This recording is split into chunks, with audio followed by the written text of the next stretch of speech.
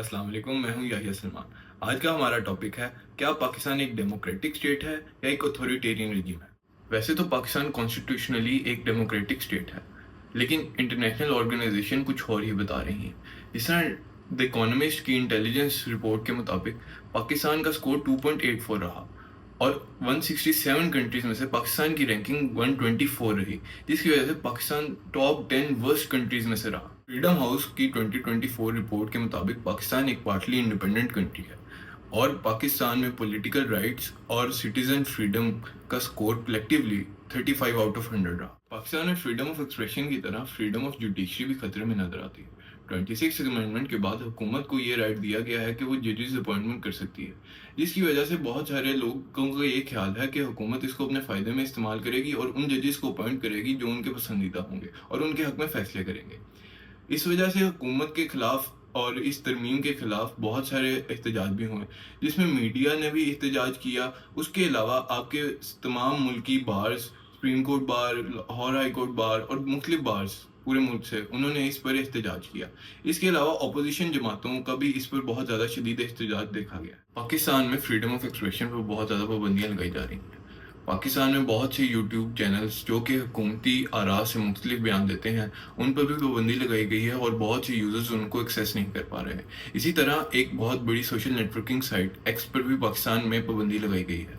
इसके अलावा पाकिस्तान में एक पीका कानून पास किया गया है, जिसकी वजह से पाकिस्तान में बेसिकली उनका कहने का मकसद तो ये है कि पाकिस्तान में जो सोशल मीडिया साइट्स पर फेक न्यूज़ है उसको इनकाउंटर करने के लिए बनाया गया है। लेकिन इसकी वजह से हुकूमत ने बहुत सारे ज़ाती मुफाद भी इससे हासिल किए हैं। जिस तरह पाकिस्तान में बहुत सारे एंकर्स को ऑफर कर दिया गया है। इसी कानून को अमल में लाते हुए बहुत सारे लोगों पर मुकदमात भी हो रहे हैं। रफ्तार जैसे एक नामी यूट्यूब अकाउंट के जो ऑनर है उस पर भी एक FIR हुई है, जिसको वो कोर्ट से इस टाइम कर रहे हैं। पाकिस्तानी पॉलिटिक्स में फ़ौज का रोल पहले भी था, लेकिन अब आर्मी का रोल बढ़ता जा रहा है। बल्कि आर्मी का रोल बढ़ने के साथ साथ पाकिस्तानी पॉलिटिक्स में आर्मी अपना रोल खुलकर सामने ले आई है। इस तरह लगता है कि अब उनको किसी पब्लिक रिसेप्शन की परवाह नहीं रही। 2024 के इलेक्शंस की मिसाल हमारे सामने है, जिसमें फॉर्म 45 और फॉर्म 47 में कॉन्ट्रडिक्शन खुलकर सामने आए। उसके बावजूद भी उस तरह के रिजल्ट्स निकाले गए जो एक मखसूस सियासी जमात को नुकसान पहुंचाने के लिए थे। इसी तरह देखा जाए तो अमेंडमेंट्स पास कराने में भी फ़ौज का बहुत ज़्यादा किरदार देखा जाता है। एक अमेंडमेंट ऐसी भी पास हुई है जिसकी वजह से फ़ौज के सरबराह यानी चीफ ऑफ आर्मी स्टाफ की जो मुद्दत मुलाजमत है वो उसमें तोसी। वैसे तो पाकिस्तान एक डेमोक्रेटिक स्टेट है, लेकिन जिस तरह के मामला पाकिस्तान में इस टाइम पे हो रहे हैं, जिनमें freedom of expression, freedom of judiciary और इस तरह से बहुत से मामला जिसमें फ़ौज का पॉलिटिक्स में किरदार और पॉलिटिकल विक्टिमाइजेशन ऑफ अपोजिशन भी है, इस तरह के मामला के बाद पाकिस्तान एक डेमोक्रेटिक स्टेट की बजाय एक अथॉरिटेरियन रजीम का मंजर पेश करती है। पाकिस्तान में पॉलिटिकल विक्टिमाइजेशन भी बहुत ज़्यादा बढ़ गई है। इस तरह के मामला तो पहले भी होते थे, लेकिन इमरान खान का के साथ जो सलूक किया जा रहा है और उनकी पॉलिटिकल पार्टी के साथ जो हो रहा है, वो पाकिस्तान की तारीख में पहले कभी नहीं देखा गया था।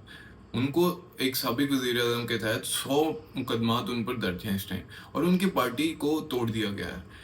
जिस तरह इलेक्शन का जिक्र पहले किया गया, इलेक्शन में धांधली तो हुई, उससे पहले इलेक्शन के रिजल्ट से पहले भी पाकिस्तानी जो सियासत है उसका एक अजीब मंजर दुनिया के सामने आया, जहां एक पार्टी को उनका इलेक्टोरल सिंबल ही नहीं दिया गया और उनके जो चेयरमैन यानी इमरान खान वो जेल में थे और वो इलेक्शन में कंटेस्ट ना कर सके। उसके बाद उन पर इतने मुकदमात बनाए गए और ये भी कहा दरमियान में सुनना जा रहा था कि उनका ट्रायल एक मिलिट्री कोर्ट में किया जाएगा। उनके बहुत सारे फॉलोअर्स का ट्रायल मिलिट्री कोर्ट में हो चुका है।